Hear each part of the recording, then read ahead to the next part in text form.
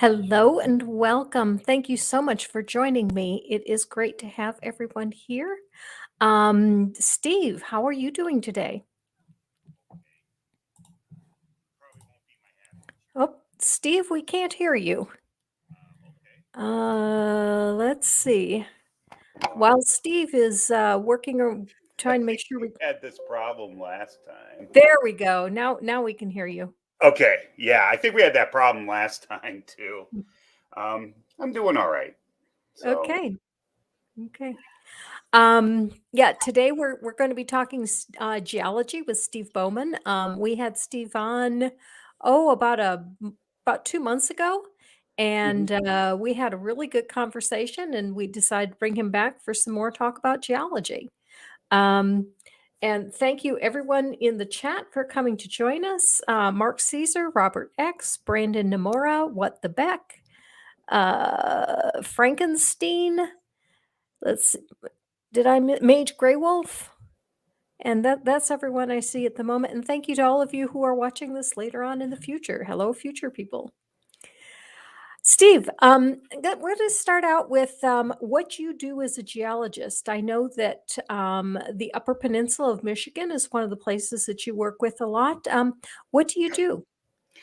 Well, I work a lot with as a matter of fact, I was in the UP last weekend giving a talk to the Ishpeming Rock and Mineral Club. That's actually pretty big up there.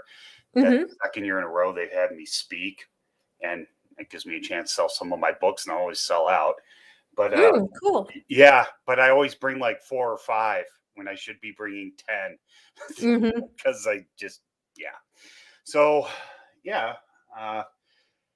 so I study the Precambrian rocks mostly. The stuff that's most unstudied rocks that there really are. Specifically, mostly metasedimentary or sedimentary Precambrian rocks, so what we call the Proterozoic. I don't really deal with fossils in life. That's not really my thing. Okay. The only thing I ever really look at is stromatolites. What's a stromatolite? Stromatolite it depends on who you ask, actually. Most the professionals that work with them pretty much include any agile type algae fossil, a stromatolite. Now, when we think stromatolites, we usually think of these mounded things. And they're colonial single-celled organisms. They get together, they die, new ones are built up on top of them, those die, so on and so on. And they're still alive today. They are alive off Shark Bay, or in Shark Bay in Australia. I'm sure people have seen those pictures. But I do understand enough about life to be dangerous. I mean, because being in the Midwest, I grew up with it and stuff like that in geology courses, and a lot of our field trips dealt with it and stuff like that. But it's not my focus. My focus is mostly structural geology, geochronology, and stratigraphy. So of the Precambrian. So yeah, structural geology is a lot more like engineering. Yeah, it's basically how we figure out the subsurface without going into the subsurface. It predicts folds and things like that. We use a lot of the techniques engineers use, such as stereo nets, things like that. It does. What are stereo nets? Stereo nets are these circular grid systems. They're basically it's data compression before computers. It's actually supposed to be a 3-dimensional southern hemisphere of a bowl. We call it southern hemisphere, but basically a bowl flat into 2 dimensions. So when you go to plot strike and dip, which is a key measurement in geology, like a plane, it looks like a curved line. Because you're knocking it down 3 dimensions into 2.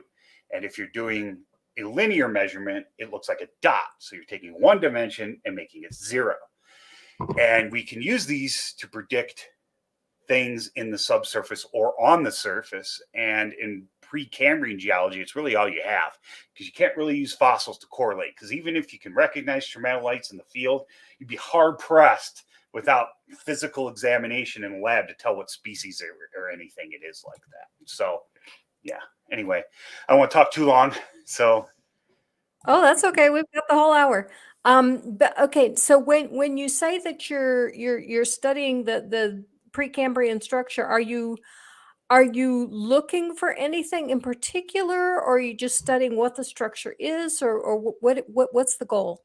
The goal is to basically paleocontinental reconstructions Ah, okay. is the main goal because that could have affected life. Um, and we're getting a lot more better dates than we used to have. A lot of things we thought based off structural geology and stratigraphy really aren't matching. I don't want to say matching up with the dates. That's not what it is. We have questions like we see something and we'd be like, well, the rest of it we don't know. Well, we might be this age, but then we take some dating methods and we find out it might be 10 million years old or 100 million years old or something. We had that with Mountain, Wisconsin. There's this what we call a tonalite. It's Precambrian. Tonalites are not, they're basically granitoids. They're not granites. They're granitoids. But if you don't know the difference, you probably call it a granite. They just have a lot of plagioclase. They have no case bar minerals. Anyway, tonalites are very common in the Archean, but they are very rare after that.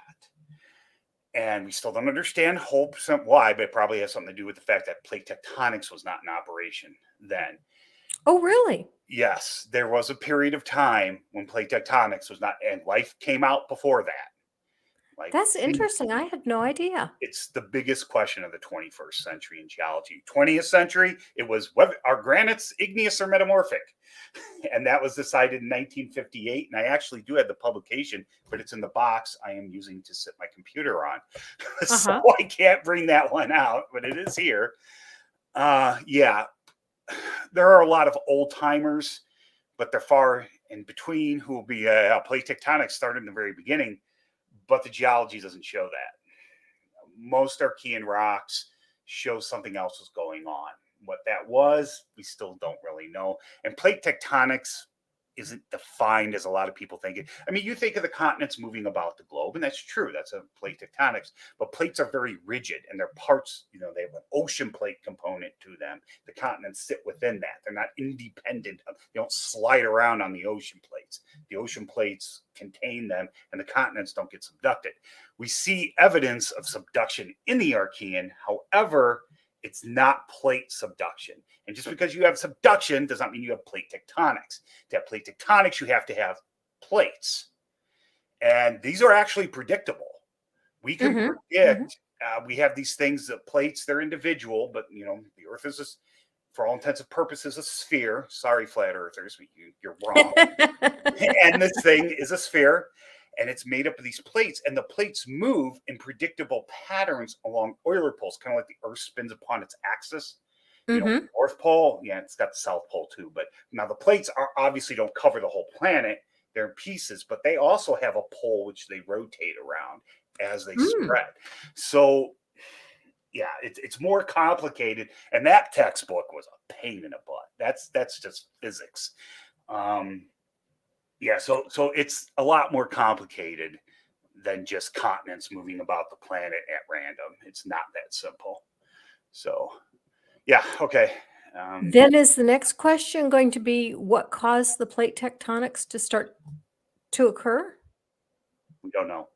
Oh. It's a very unusual way for a planet to lose its internal heat, because that's essentially what's going on. No other known planet does this. It's very bizarre. And back in the Archean, it might have been something we would call lid tectonics, which other planets seem to use. Venus may hold the key to this. We see some features on Venus that look very much like these Archean, what we call greenstone belt assemblages. So that might have something to do with it. But Venus does not have plate tectonics. Just because you have a rift and a subduction doesn't mean you have plate tectonics. Venus has one surface thing. We cannot define plates. Plates have defined boundaries. There's places you can put 1 foot on one and 1 foot on the other. Literally. That's not something you can do on Venus. You have to have more than one plate. But there's something called lid tectonics.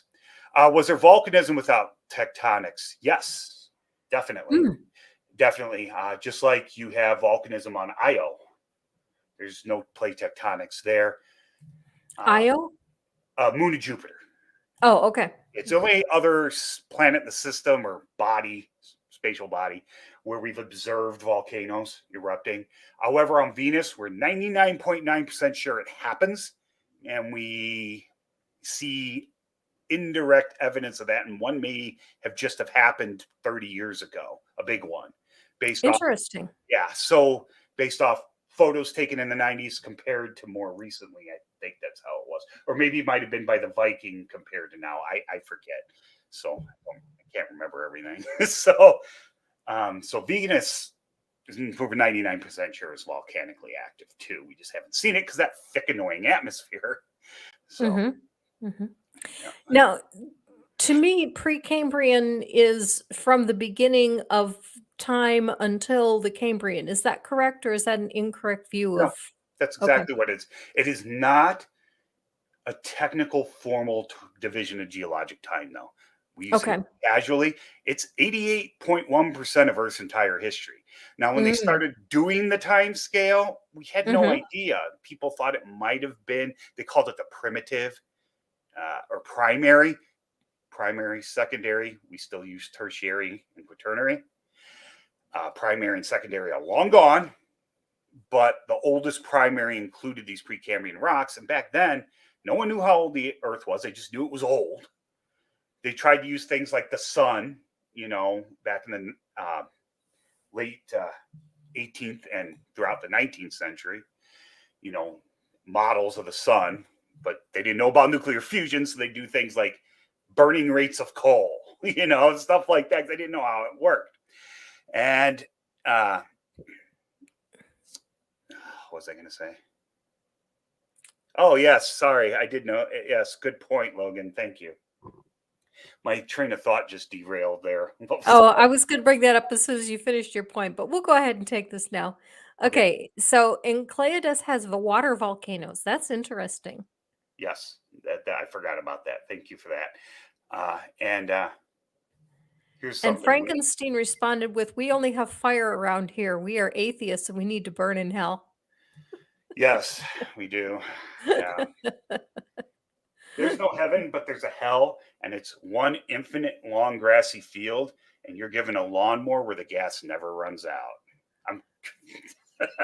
I hate cutting grass. I've been slowly replacing my yard grass with rock and stone because I hate cutting grass that much. And now we got new ferals here we got to take care of, and I'm surprised no one's here to assist me. Out of the 5 crazy ones. No cats today, huh? No one's here. Tiberius is passed out on the bed. I know that. Bela was here.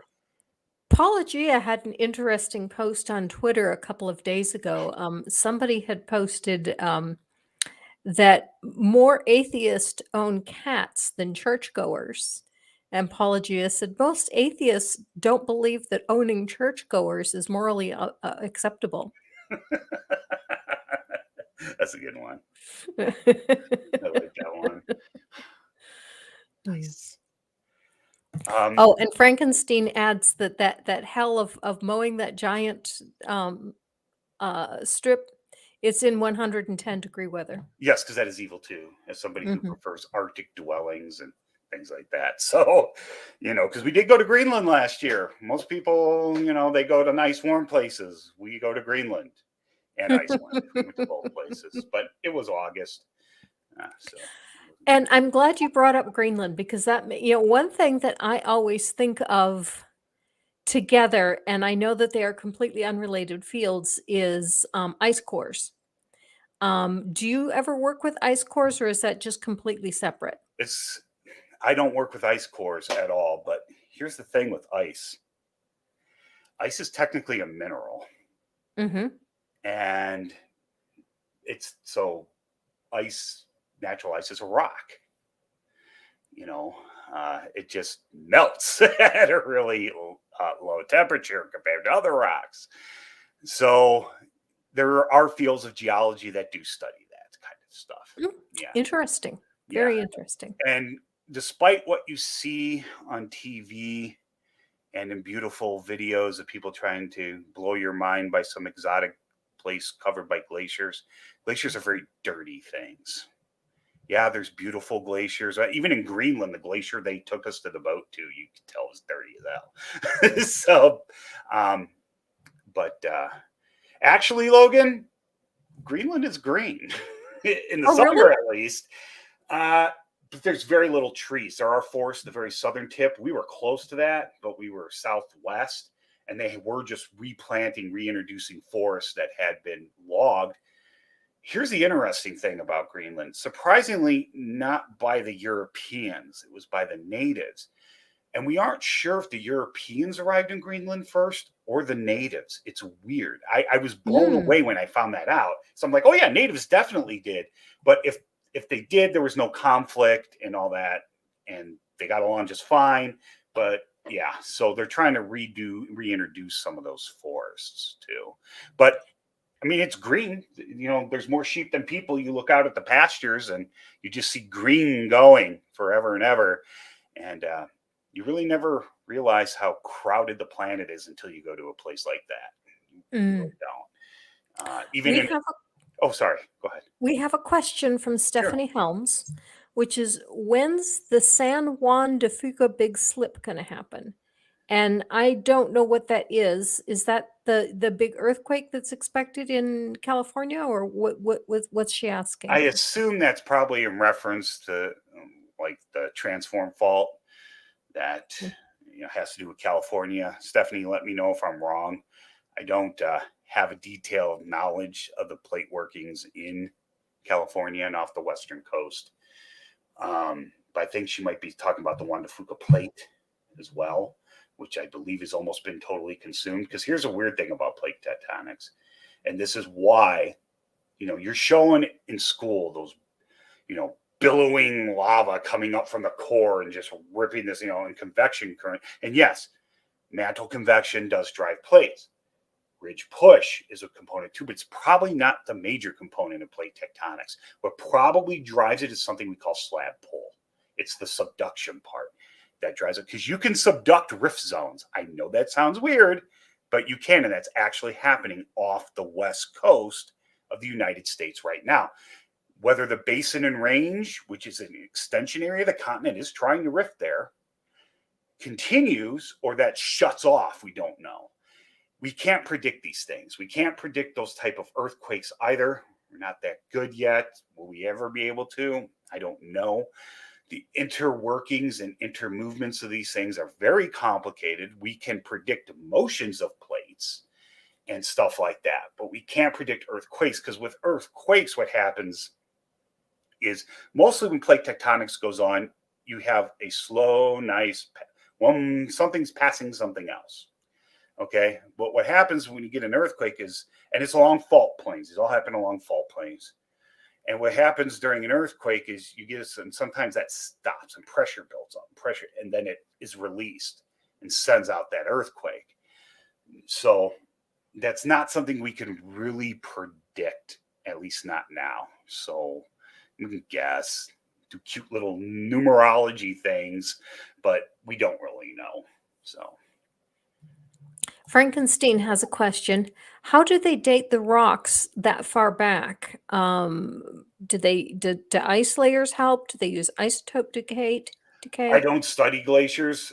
I think it has to do with oxygen isotopes. But that stuff is recent. That stuff really isn't that old compared to the rocks I study. How do you date the rocks that you study? Uranium lead. Uranium lead. Okay. UPB.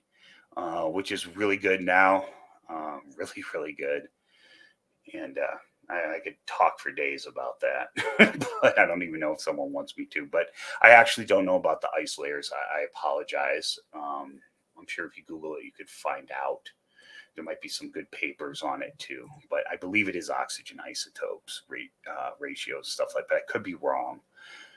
You can't get zircons in ice, although theoretically, if they contain them, you could get detrital zircons from it, which would tell you a maximum age. But, that's the only sedimentary rock where you're not going to find any zircons today. So you got to use other methods. And Logan Fisher asked, does that mean that the oceans are technically lava? Yeah. I mean, yeah.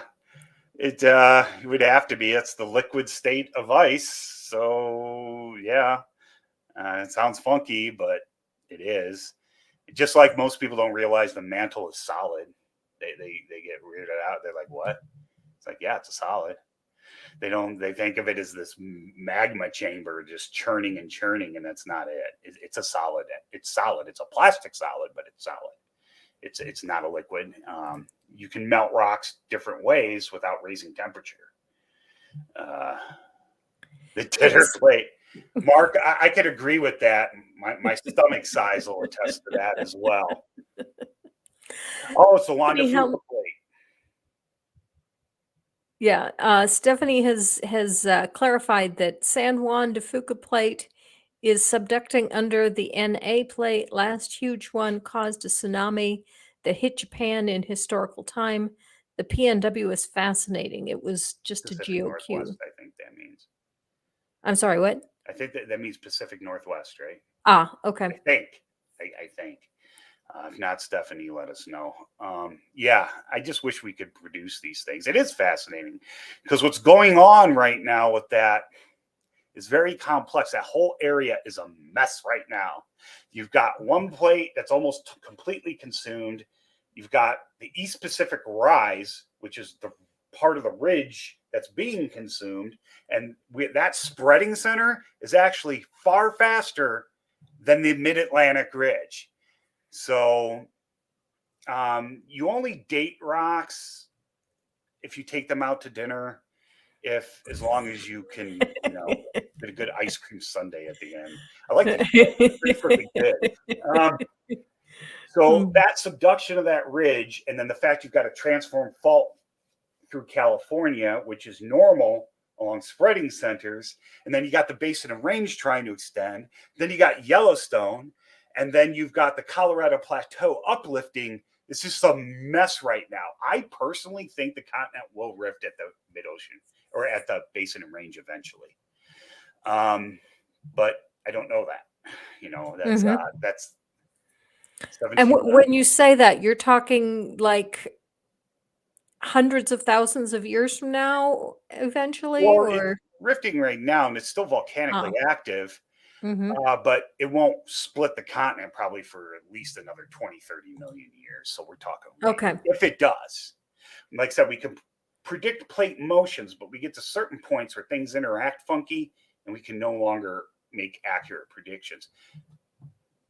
Yes, okay. Here, a lot of people. Oh, go ahead.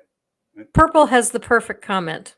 To date rocks, you need to talk to them on their level. So get stoned first. I'm sorry. Finish your thought if I didn't ruin it. No, it's fine. Okay. I don't remember now. No, I'm sure it was we were talking about the Yellowstone and the Continental Rift or not right there. Because something happens that we know from just looking at the rocks and stuff. We have something called Wilson cycles. A lot of people think the Atlantic Ocean is just going to get bigger and bigger and bigger. And honestly, if you just project what's going on now, that's going to happen. But just from what we've seen in the rocks of the past and old continents, because Pangaea isn't the first one. And we had a nice one in the Neoproterozoic, Mesoneoproterozoic called Rodinia, which we are figuring out pretty well right now. And one other definitely for sure, which is called Columbia or Nuna. I don't know why they have dual names. Okay. Yeah, Nuna, actually, I prefer that one. And that's about 1.5 billion years ago. I know others have been proposed, but they're just proposals. We can't do any reconstructions on them as of yet.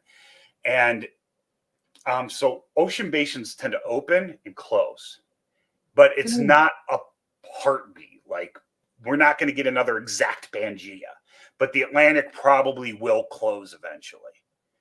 So we'll get another assemblage of continents like that. Now,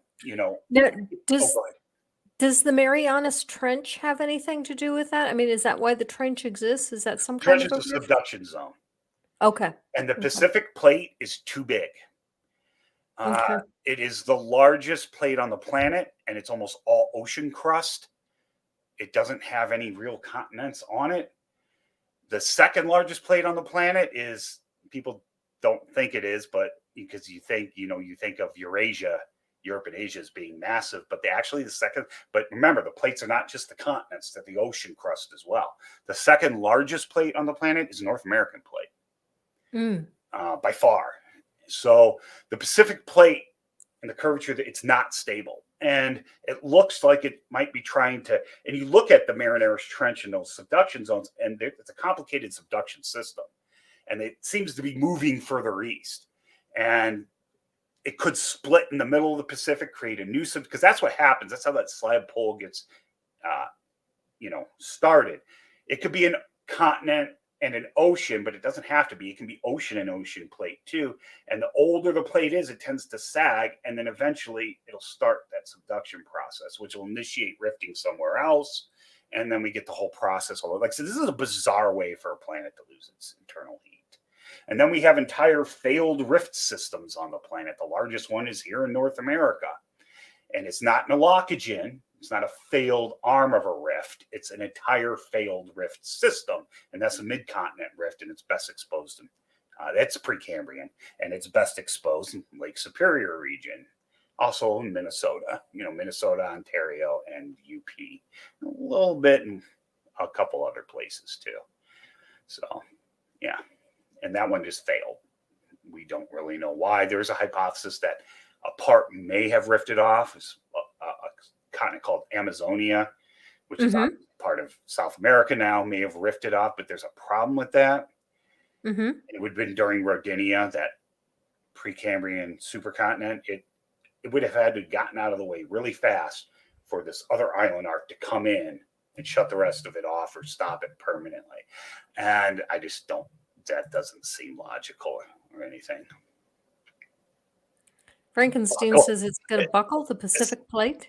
Essentially, that would be, we got to start looking for, because you get earthquakes along plate boundaries, but you do get them interiorly as well in continents, in the middle of ocean plates. They're just rare. Dwayne Johnson. Robert X says The Rock. I have no problem with Dwayne Johnson, and I'm not just saying that because he's standing behind me looking angry.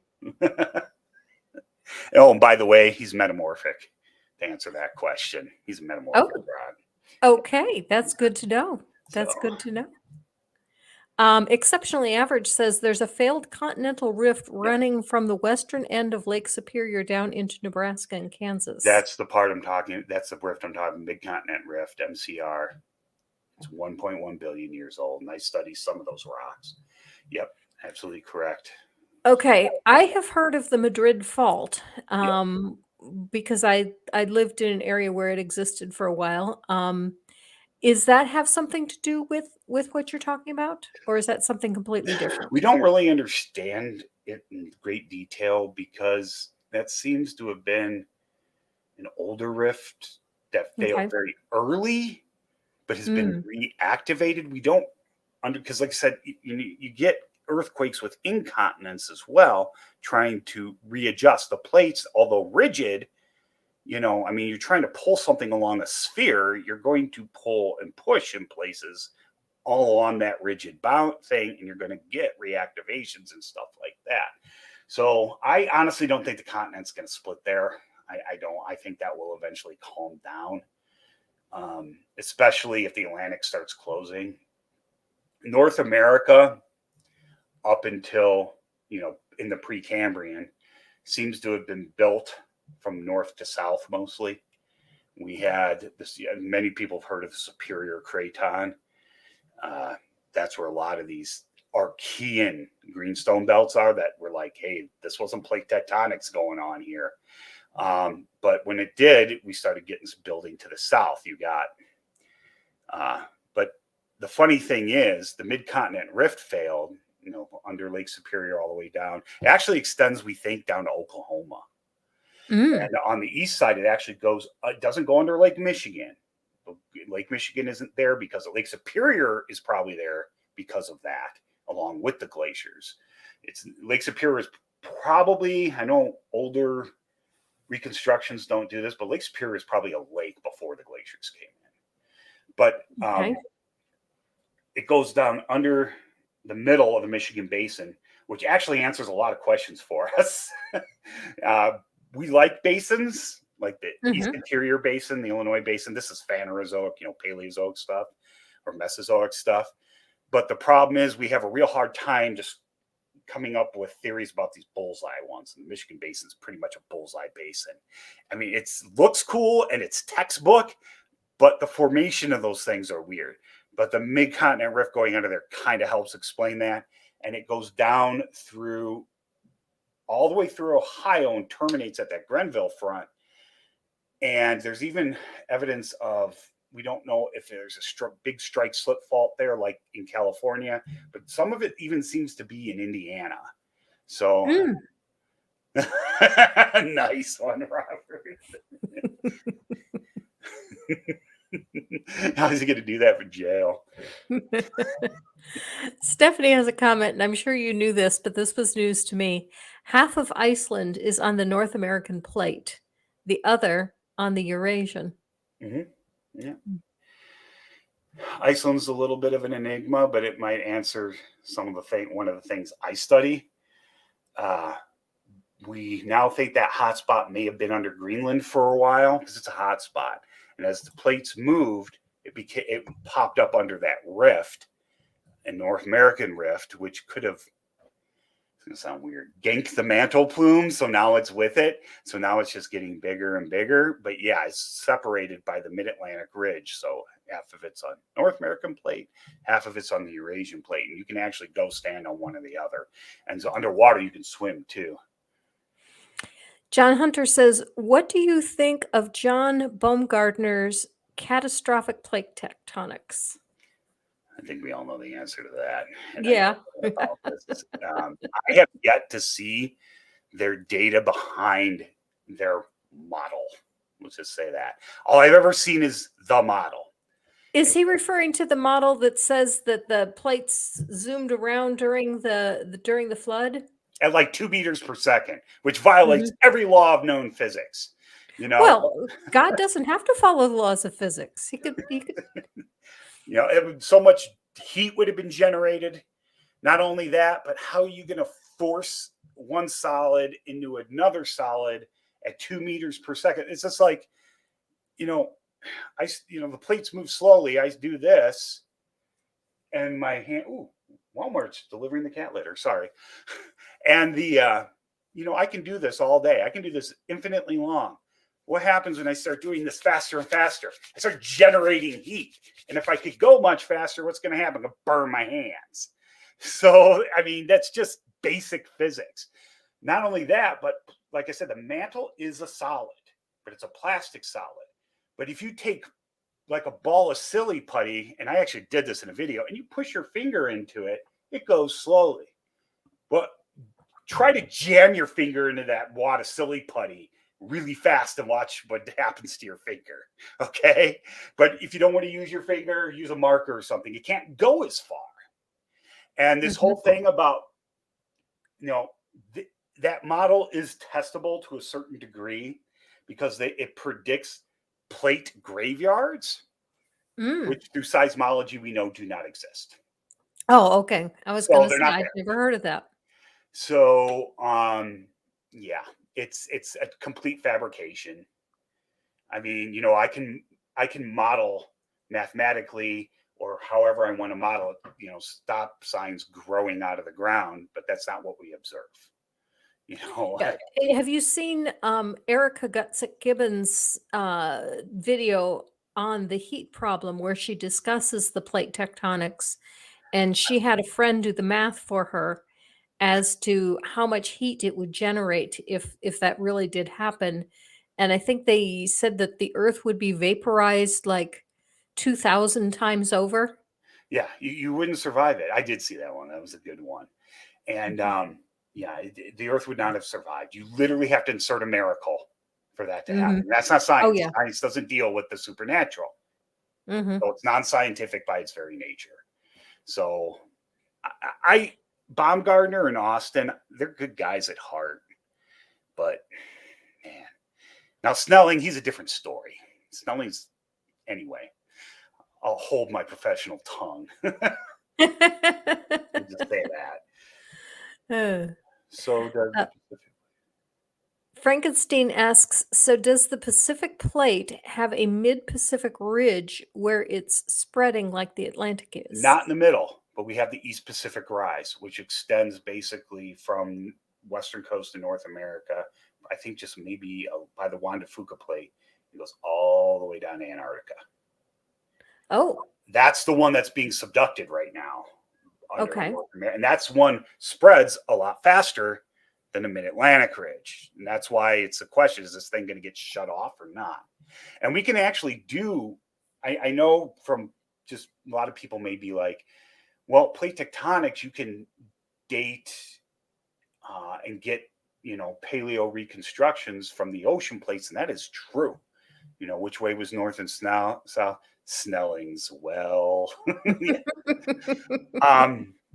That you can do that, but how do we get paleomagnetic data from Precambrian rocks?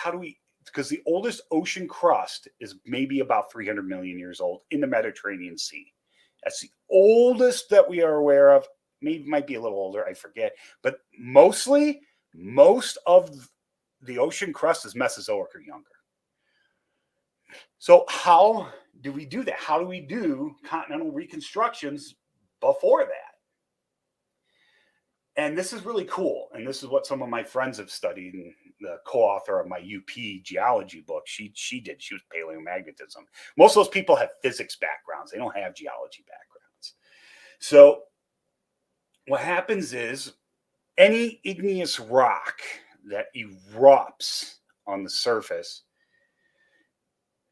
is going to potentially give you paleomagnetic data.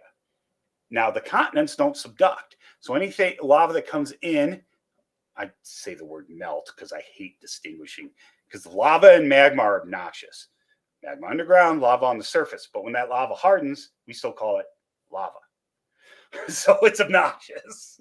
And it's not lava is not a rock type anyway. It'd be basalt or something like that. Anyway, so the continents get these, what we call lips, large igneous provinces. And the mid-continent rift is considered one of them because it died, but most of them aren't like that. Most of them look like a continent tried to rift, radiated out all these mafic or basaltic, just say basaltic, dikes, and then nothing ever happened. But those record the paleomagnetic data at the time. So we can take these and get paleo latitudes and stuff like that. Now, yes, we have to assume the Earth had a dipole. Sorry, my nose is itching. Had a dipole situation, but that's not really an assumption because we know it had. Our paleo reconstructions work for Pangea. We know the pole shifts, but there's no reason at all to think we had, a Mars-style magnetic field, which is just random. Now, in the beginning, we might have, but we don't have rocks that old anyway, so who cares, And Earth's magnetic field is not a perfect dipole. Even today, it's not. So, but it's close. And we use that, and we can kind of confirm that works because we can reconstruct continental pathways. And they follow, well, to a certain point, they follow the movements of rigid plates, plate tectonics. So that's how we know Rodinia existed. That's how we know Nuna existed. Anything before that is a little bit more conjectural. And I've been trying to get people to go further back, like to 2.5 billion years ago, because that seems to be when plate tectonics, at least from what I've seen and gone out and looked at the rocks, it seemed to have been full swing then to me. Okay. At 2.5. Probably with the transition from 3.2 to 2.5. Before that, 3.2 billion, we don't know what the hell's going on. We don't even have any rocks. There are some contenders, but as of right now, the oldest rock on Earth confirmed is still about 3.9 billion years old, which is Archean. Now, I know people might say, well, there are other dates that are more like 4, a little over 4. Now, people might say, yeah, but the Jack Hills, those have been confirmed. The Jack Hills are not primary zircons. The Jack Hill zircons did not upwell with magma and create a continental mass. Those zircons are in sedimentary rock. Sedimentary rock is sediments derived from elsewhere. So when whatever rock those zircons crystallize from are long gone, we have no clue where they are. But they eroded and shedded and created and brought with them these zircons. Now, you cannot directly date a sedimentary rock, but you can get a maximum age for it, not unless it has like a lot of intrusions and stuff like that, which like the Copper Harbor Formation does. We have a pretty good date of that because it hasn't loaded with lava intrusions. So you can get a maximum age of a sedimentary rock because a sedimentary rock can't include something that doesn't exist yet. You cannot be older than your youngest zircon in a sedimentary rock. And those are the minerals we date. A lot of young Earth creationists, there is such a thing called whole rock dating, but people almost never do it anymore because we know it's flawed. We know okay. It's something we try to avoid. What we try to do is date individual minerals, zircons, badiolites, stuff like that. And young Earth creationists don't ever address those because it doesn't fit the narrative. In zircons, you have zirconium with silicate minerals, and that zirconium can get swapped out with other elements like uranium. That uranium decays into lead over time, and that's how we date it because we know the half-life. And I have heard people sit there and say, you can get things so that uranium would be the parent element, that lead is the daughter element. That's what it decays into. And you can get parent and daughter element enrichment in minerals. Like if you undergo heat and pressure, but you don't melt, that some of that daughter can leach out, and the rock will give you a metamorphic age. I'm talking about igneous rocks here, or meta-igneous, but it won't give you a date of initial crystallization. Now, we do have workarounds for that, called Concordia plots and all that stuff. Those way complex here, but that's not what I'm trying to get to. So people have sat there and said, well, if you have lead in the zircon, how do you know it's from decay? How do you know it didn't get jammed in there? Because it's a physical impossibility. It is. The chemistry doesn't allow for it. Just, it's just like I can't put hydrogen and xenon together and expect to get salt. Hell, I can't even put them together. It just doesn't happen. So this is one of those things. Certain elements can substitute for zirconium. Yeah, that's the element. The mineral zircon, I hate that. But lead cannot. So any lead in that crystal lattice has to be from decay. And that's just chemistry. Lead will not. Why? There's a couple reasons, but the simplest reason is zircons and badiolites are really high temperature forming minerals. They form first out of a magma body, and they're very stable once they form, even in that environment. And at the surface, they are extremely stable. And this oxygen atmosphere with rain, it's not like limestone. It doesn't get dissolved away. You can mechanically weather a zircon, but you can't really chemically weather it. They're very, very stable. Same thing with badiolite, which is really close to zircon. So once that thing forms, it's stuck like that. So thorium can replace some zirconium, uranium, but lead cannot. Lead is a low temperature mineral in general, or element in general. Most of the minerals formed with lead in them form in low temperature environments. So, it doesn't, it's not, even if it could bond with that, zirconium and the zircon, it's not going to, because it's still going to be in liquid magma form, melt form. So it's not going to start forming with stuff till later. So Bones reaction series, even though badiolite and zircon aren't on there, because it has to do with the most common minerals in a rock. But they would be at the very top if they were. I hope I'm not boring anyone. There's no new questions. Yeah, we've got a question, and we've got a couple of questions that I've been holding for Sure. you. The first is from John Hunter. Could Steve join the dots for me on mid-Atlantic ridge spreading and the distance time per magnetic stripe? Rifts, although we can predict their movement, timing, yeah, they can speed up and slow down. Now, I know angular velocity is what matters here, not linear velocity like kilometers per second, meters per second, but you can translate that into linear, so that's fine.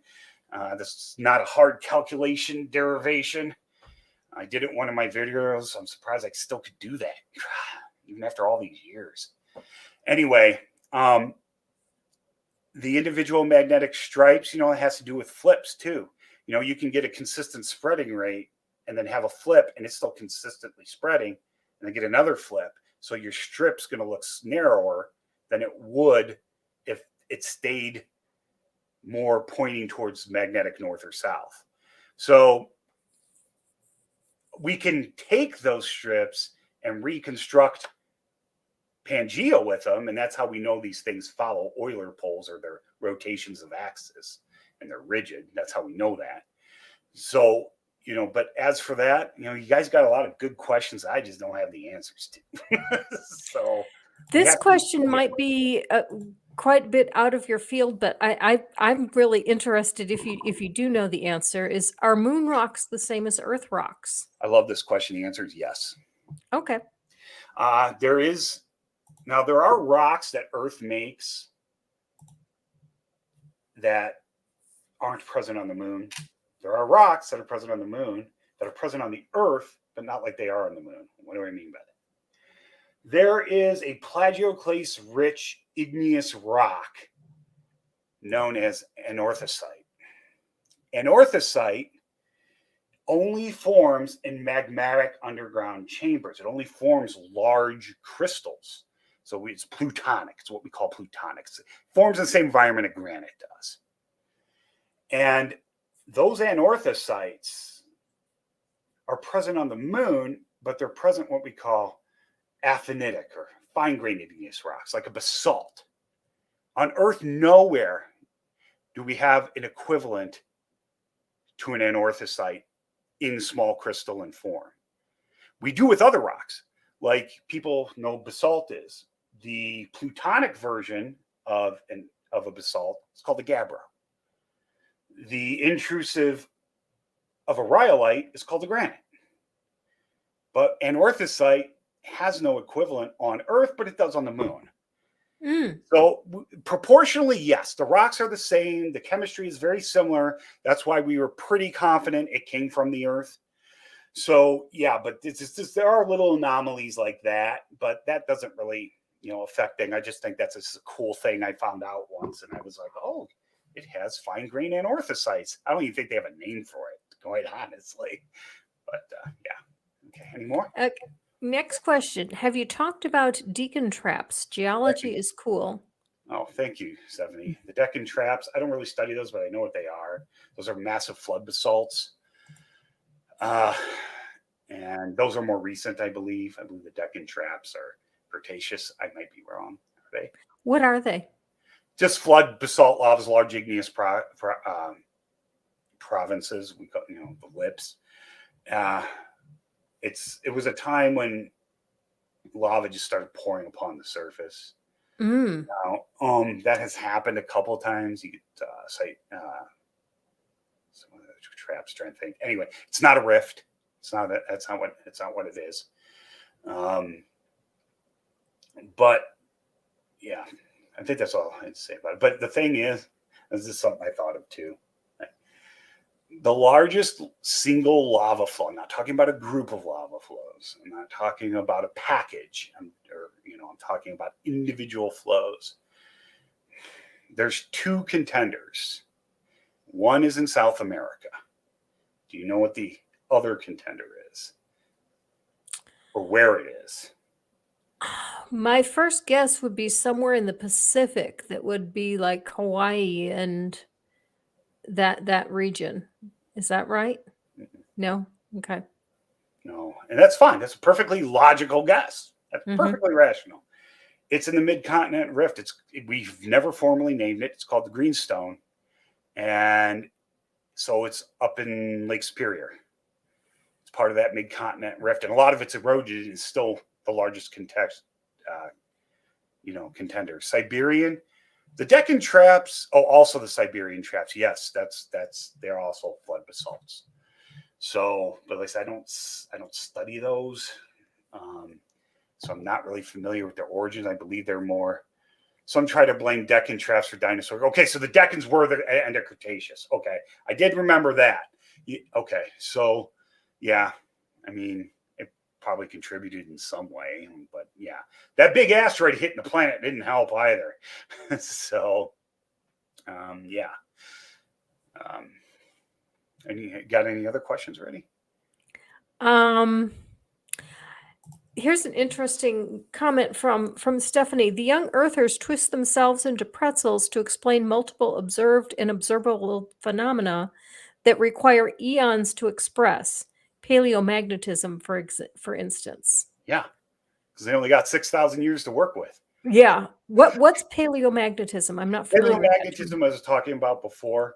Paleomagnetism has to do with mafic data and how we can tell, reconstructions of, pre-Pangea on the continent. And that's something you never hear. I've never heard a young Earth creationist talk about Rodinia or Nuna.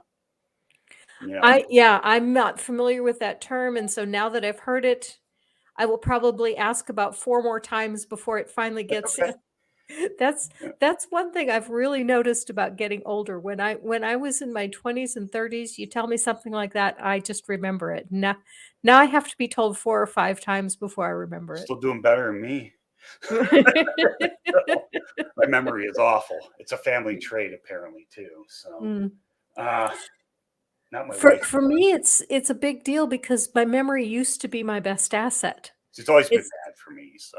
Oh, it's why I always did so well in school. People used to think I was smart. I said, no, I'm not smart. I just remember stuff. I was good at test taking in the cognitive part. That's why I did really well in maths, and science. And people thought I was smart too. And it's like, no, I just test well. I think in my entire life, I failed one test on the first try. And it was a professional certification. This is post school. Wasn't my professional geologist test. I passed both of those first time in the same day. So those have a real high failure rate. It was a dumb test. It was on decommissioning underground storage tanks. And I failed by like 2 questions. I don't find it interesting. It's boring to me. And, it involves a lot of memorization, which I'm not good at. I can't figure my way through and figure out what are a bunch of regulations supposed to be, because regulations are not always logical. So, anyway. So the second time I did well, but the first time I failed it. So. This is another really interesting question, but it might be outside your field. But if it sounds like a fascinating question. How long did it take the stellar dust to clump together to form Earth, say starting from a density of 1 piece of dust per cubic centimeter? I have never tried to figure that out. Okay. I like that question. It's a cool little play with numbers thing. But you have to assume constant rates and constant size and all that stuff. But it's something cool. I mean, I've done it before. I calculated the volumes of the mechanical layers of the Earth, and then tried to see if I could get Earth's mass from those volumes based off average densities, and it worked. I did. Those are older videos of mine, but I was blown away about how easy it worked. Mark says I can't remember how good my memory used to be. I'm there. Fortunately, I learned most of this stuff when I was younger, or how to do most of it anyway. So. I have one young Earth-related question, which is, I often see young Earthers say that the reason that there could be enough water on the planet to flood the entire planet was because of the springs of the deep opening up and all of the water that is stored underground coming out. And I know underground springs are a thing. I know underground lakes are a thing. But how much water is there underground? Is there any estimate? Yeah, we have a pretty good idea. It's groundwater. It's if you put all of that, just compare it to the ocean, you've got maybe 3% of the oceans. But a lot of them try to sit there. I know the oceans are big to us, but out of the entire mass of the planet, I think there's something like 0.05%. So they're insignificant compared to the rest of the planet and the core, the outer core, the D layer, the asthenosphere, the lithosphere, the crust. The crust is more. Obviously, it supports the oceans. But yeah, there's not. We like to think there's a lot of water on Earth because, we're 6 feet tall at the most, but Earth overall does not have a lot of water. Water worlds would be more like the moons of Jupiter, or not Io. Io has no water on it. Europa, Ganymede. Those are true water worlds. Earth is not. And there is some water in the mantle, but even taking that into account, at best, it's 0.05%. And I've heard young Earth creationists sit there and say, well, yeah, that water just came from the mantle. And well, number one, there is no true water in the mantle. That's a generic thing we say. And it only goes down to a certain depth. And obviously, plates bring it down. You can actually lower a melting temperature of a rock by adding water to it. That's one of the ways. Another way is to relieve pressure. That's two ways you can melt rock without increasing temperature. So we have hydrous minerals in the mantle. So that water is bound to something else. And it's like OH ions usually. It's not H2O just glued on. All right. And it's not, and I know people, when they think of even groundwater, they think of massive caves and stuff like that. But that's not how it is. It's mostly between grains, sand grains, stuff like that. Surface, and most people get their water from groundwater. Most people don't know how it works. And not everyone, a lot of people have this picture that, oh yeah, I get my water from the ground, so it must be massive caves under there, just flowing water. And that's not how it is. Does that happen? Yeah, there's a few places on Earth that happens, but that's not happening under the vast majority of the planet. So, so it's meant the water in the mantle is staying in the mantle. It's not coming up it's OH ions to other minerals. So it's down there. Yeah. Fortunately, most of the water that gets subducted, it is in water form. So it ends up coming back to the surface. We don't really lose water over time. At least we don't think we do. Ultimate Reductionist asks another question that's really kind of off topic, but it's still an interesting question, which is how the hell can there be as much oil as there is and has been burned? The humans have been burning for 200 years. Can't we just pump our trash back into the spaces where the oil came out? Oh, oil. Why can't we just quit it? Anyway. Oil is a lot like groundwater, and it often occurs with it. Yes, there's deep sea rigs and stuff like that, but it's between pores in the rock. It doesn't exist in caverns. And we used to originally associate it with faults. So there's even a sign on the Sandwich Fault Zone in Illinois. Yes, Illinois has a huge fault running through the northern part of it. It's inactive, we think. But anyway, there's a sign that says, oil was looked for here in 1909, but for mysterious reasons wasn't found because they thought faults had oil. They didn't know that it's mainly dead things. They didn't know that then. They just knew how to. And us as humans, we're real good at finding what we need without understanding it. But that limits us. That's why, once we start to understand it, we knew that that's not the only place you get it from. You can get it in other structures like anticlines. You can get it offshore and stuff like that. So we keep doing it. We keep doing it. Same thing with metals. It's the same thing with that. 200 years ago, they would just see some on the surface, start digging until they ran out. But now we know where to go. Usually, there's some things there's exception, but anyway, okay. Okay. I've got one more question, which is a really good one to wrap up with because it leads us straight into some of the things that you're working on. And I'm not sure how to say this. Religion Destroyer says, if I could do more courses, geology would be the thing. And I know you have some courses in geology available. So I'm going to let you take it from there and talk about some of your courses. Okay, first, I have a lot of books on Amazon. If you Google my name in geology, most of them come up. Most of them are roadside geology books. So it takes, and they're going to probably be used by people familiar in the area with the geology. So they're not really good for teaching tools so much, but they're good guidebooks anyway, because, you can tell you a little bit about the rocks and all that. And I do have some books that are more general, but I do courses. I have a YouTube channel where I give a lot of geology information and stuff like that, or, go. And there is a link in the description to Steve's channel if you're looking for it. But it's not all geology. Sometimes I go after Snelling. He's my favorite to go after. The guy's so full of shit.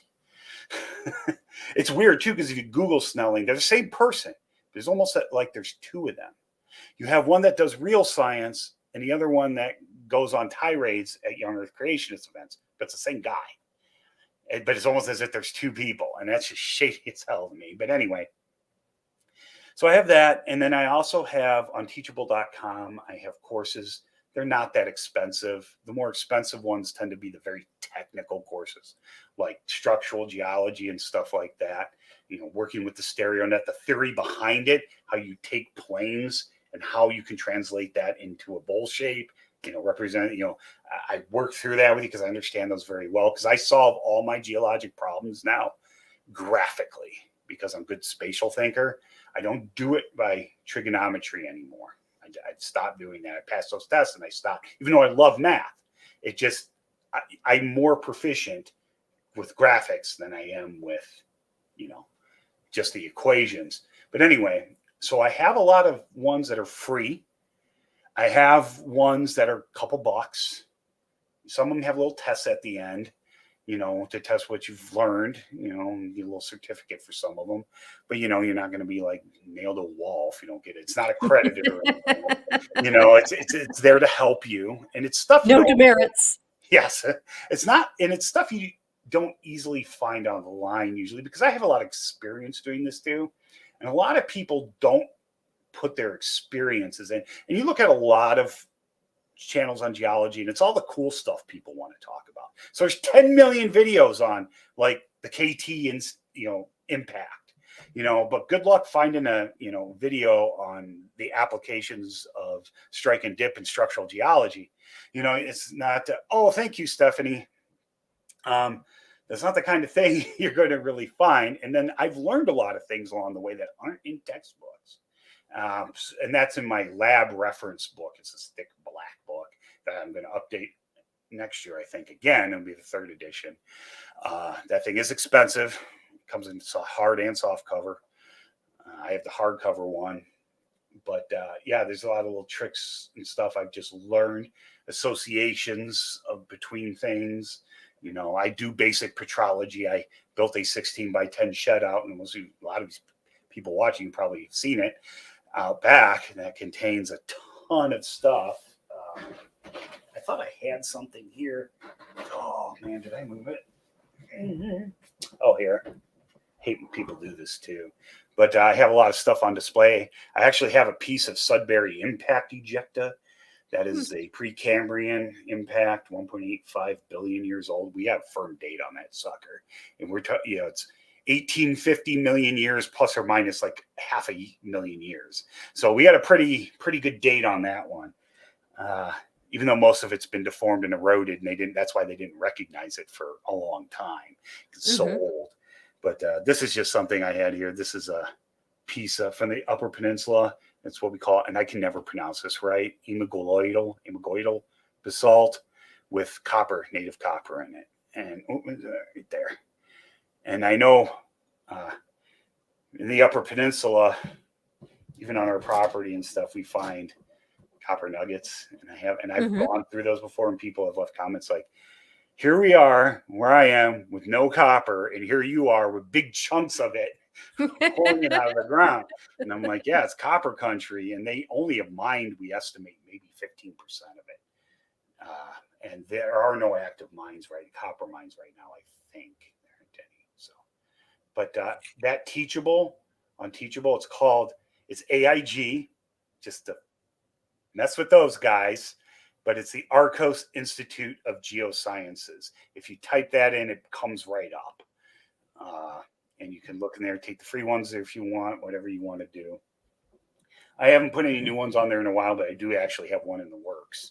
I'm going to do has to do with making a small geologic map. And this is one of the things I'm working on, other than the Frida sandstone, which is one of the sandstones that fills the mid-continent rift, is I'm looking into what we call the Pinocchian orogeny. It's a mountain building event. It's also about 1.85 billion years old and extends all the way to Sudbury, comes all the way down into Minnesota. And I think that might actually been an Iceland type scenario and a subducted rift, and that got accreted. Now, the problem with this whole thing is there's this fault separating that island arc or Iceland, whatever type thing it was, volcanic rocks, from the northern superior craton, which, has all stuff like, granite, stuff like that, the older rocks. And this Niagara Fault, it's fault zone. It's not the Niagara escarpment. That's much younger, has nothing to do with that. This is called it's named after the town in northern Wisconsin that it supposedly runs through. Niagara, Wisconsin, not Niagara, New York, or the Falls or anything like that. So the escarpment's a completely different thing. So this fault appears on all these geologic maps from the 60s on, but I will give $1,000, and I'm not joking here, to the person that can physically show me that fault exists. It seems like a fault of convenience, is what it is. And, a lot of those old time mappers are really good at what they did, but they weren't very good at structural geology. And I've caught errors on more recent maps that there's simpler explanations for them if they could just understand a little bit of structural geology. But I really think it was a fault of convenience. It does not show up at the surface. Now, we have like the Keweenaw Fault, which is at the surface, and that's just a small reverse fault, the mid-continent rift, and that dang thing's 30 meters wide, 100 feet wide.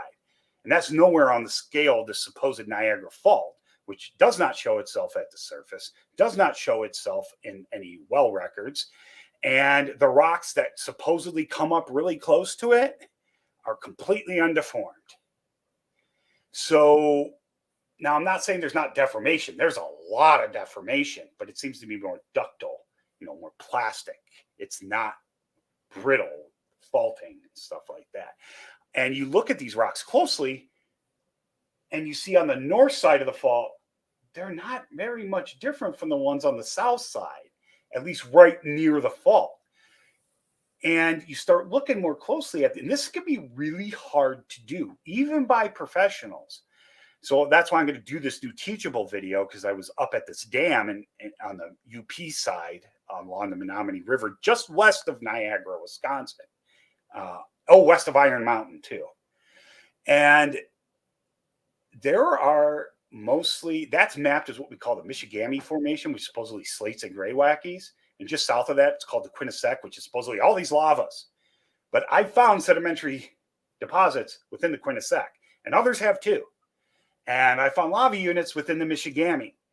And this is one of those areas that's hard to tell between the sedimentary and the igneous rock. They've been metamorphosed a little bit because a lot of the sedimentary rock is directly derived from that igneous rock it's sitting on. So if you're not a petrologist and don't know how to look at this stuff, you might just be like, oh yeah, that's flow banding in that lava, which doesn't make sense in the type of scenario. But, if it was sedimentary, it does. So I'm pretty confident that fault doesn't exist, but I'm going to pee a lot of people off when I go to write that paper. So I need to make sure I got my ducks in a row. And, if someone does find it, more power to them. but I'm pretty confident. Oh, it doesn't show up on gravity anomaly maps either. So, yeah. Anyway, I'm done babbling. Okay, I'll stop. Okay, yeah, we are out of time, so I want to let people know where I'm going to be found tonight at 6 p.m. I will be on Sidney Davis Jr.'s show, and that's just going to be a panel of just fun times. And then next week, my guest is going to be Sidney Davis Jr., who is a stand-up comedian. So she Nice. should be a lot of fun to listen to. Yeah, no more boring rock talk. Excellent.